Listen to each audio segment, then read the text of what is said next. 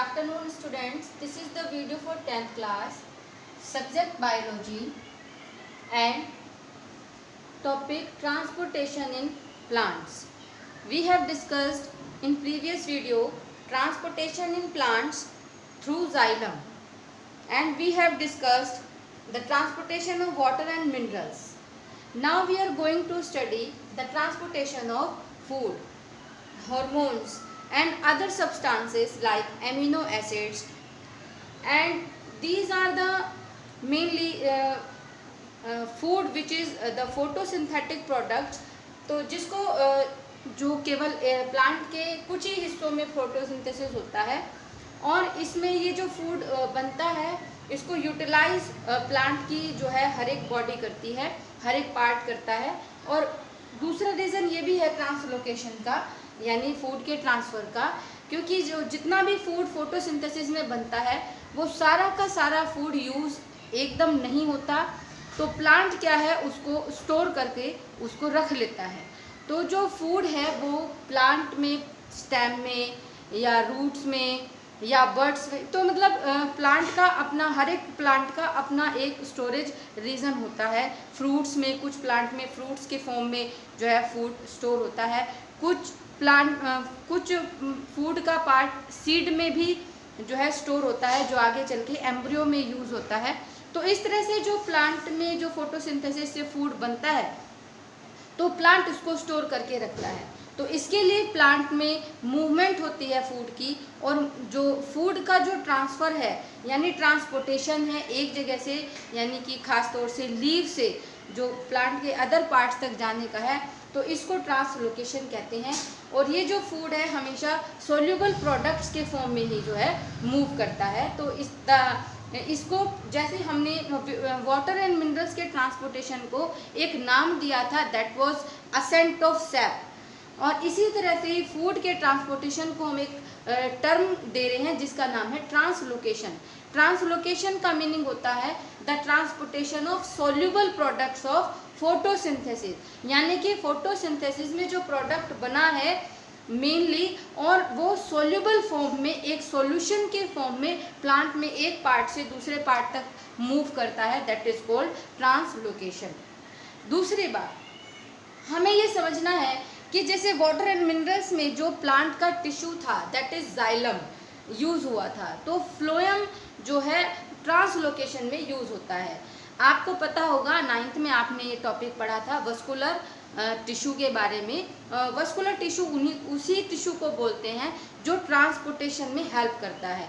और ये जो वस्कुलर टिश्यू है, वस्कुलर टिश्यू में दो आते हैं, जाइलम एंड फ्लोएम। जाइलम आप प्रीवियस वीडियो में अच्छे से पढ़ चुके हैं, लेकिन आज जब आप फ्लोएम पढ़ने वाले हैं तो जो ट्रांसलोकेशन है यानी जो फूड का ट्रांसपोर्टेशन है वो जाइलम फ्लोएम के थ्रू होता है। और जो ये फ्लोएम है इसमें भी 4 तरह की सेल होती हैं, phloem parenchyma, phloem fibres, companion cell and sieve tubes.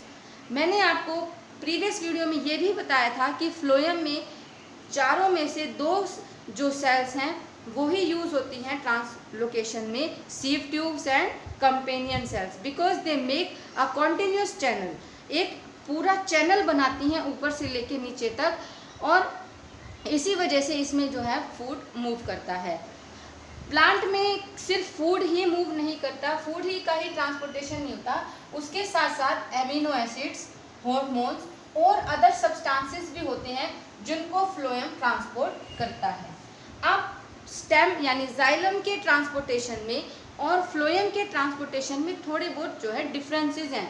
सबसे पहला डिफरेंस आता है डायरेक्शन का।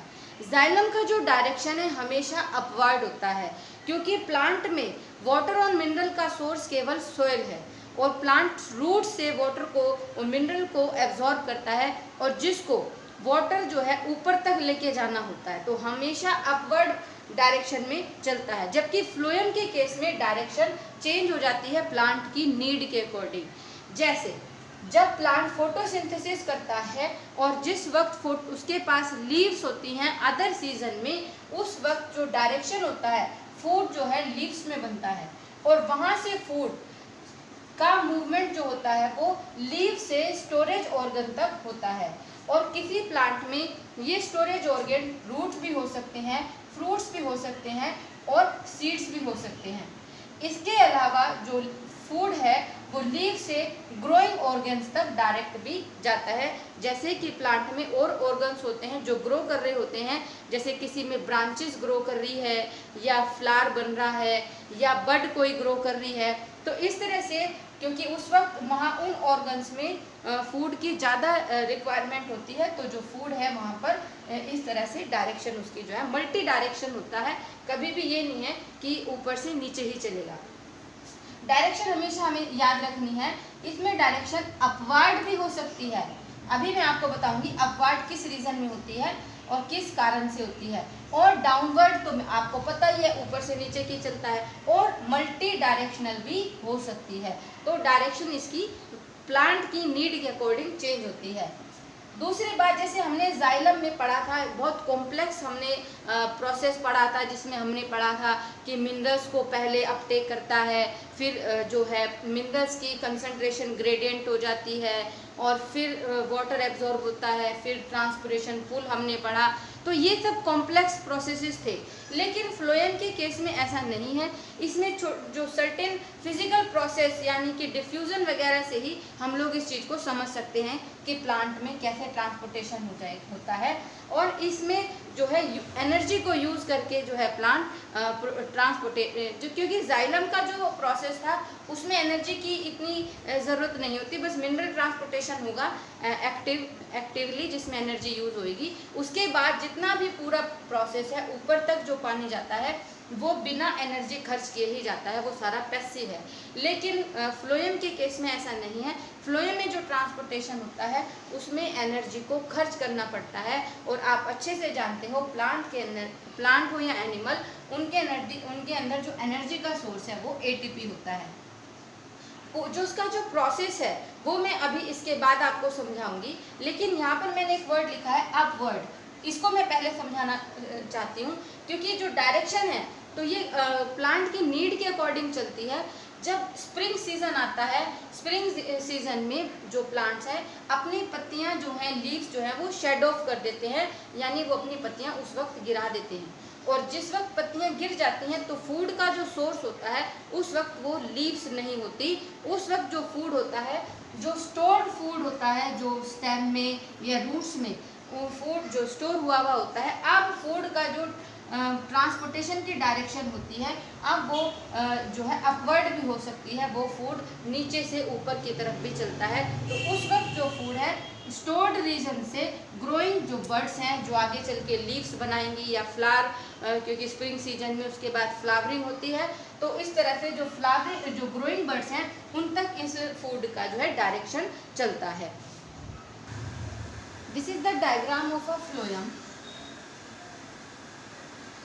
in which mainly two cells play an important role in transportation of food.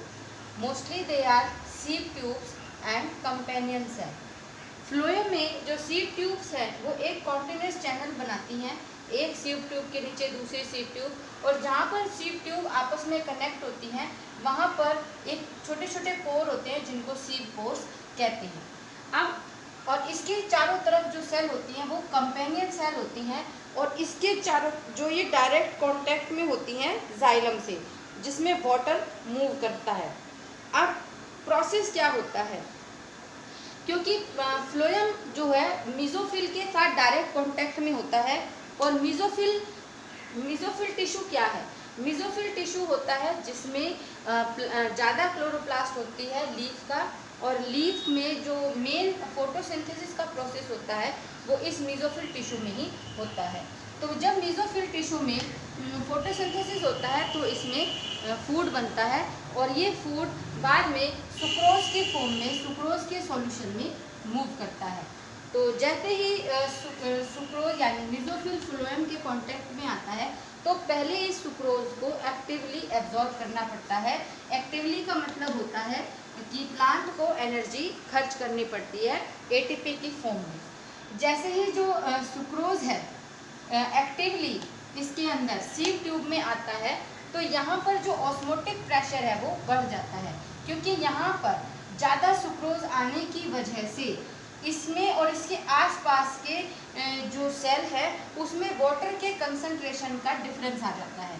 यहाँ पर सुक्रोज ज़्यादा होने की वजह से और चारों तरफ वाटर का लेवल ज़्यादा होता है, अंदर वाटर की कंसंट्रेशन कम होती है, जिसकी वजह से जो वाटर है, अब वाटर पहले जाइलम से कंपेनियन सेल में और फिर कंपेनियन सेल से सीड ट्यूब की तरफ मूव करने लगता है, जिसकी वजह से इसमें प्रेशर बढ़ जाता है।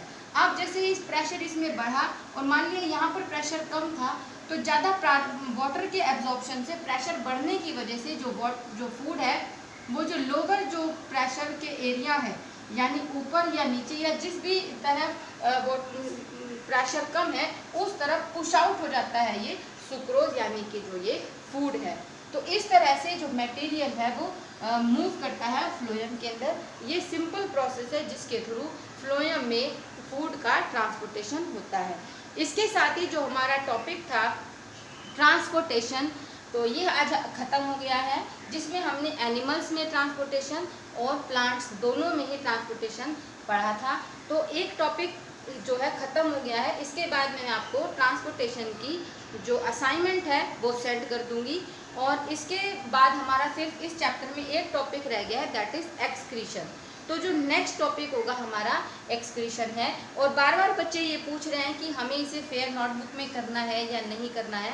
तो आपने ये समझना है कि जो यहाँ पे मैं आपको वीडियो में देती हूँ तो मैं बहुत सिंपल लैंग्वेज में और बहुत शॉर्ट में इसको लिखवाती हूँ। तो नोट्स लिखने से पहले आपको बुक को कंसल्ट करना है। अगर आपने इसमें कुछ लाइन या कुछ और आप एक्स्ट्रा मटेरियल ऐड कर सकते हैं विद गुड डायग्राम, तो वो आप उसमें ऐड करेंगे।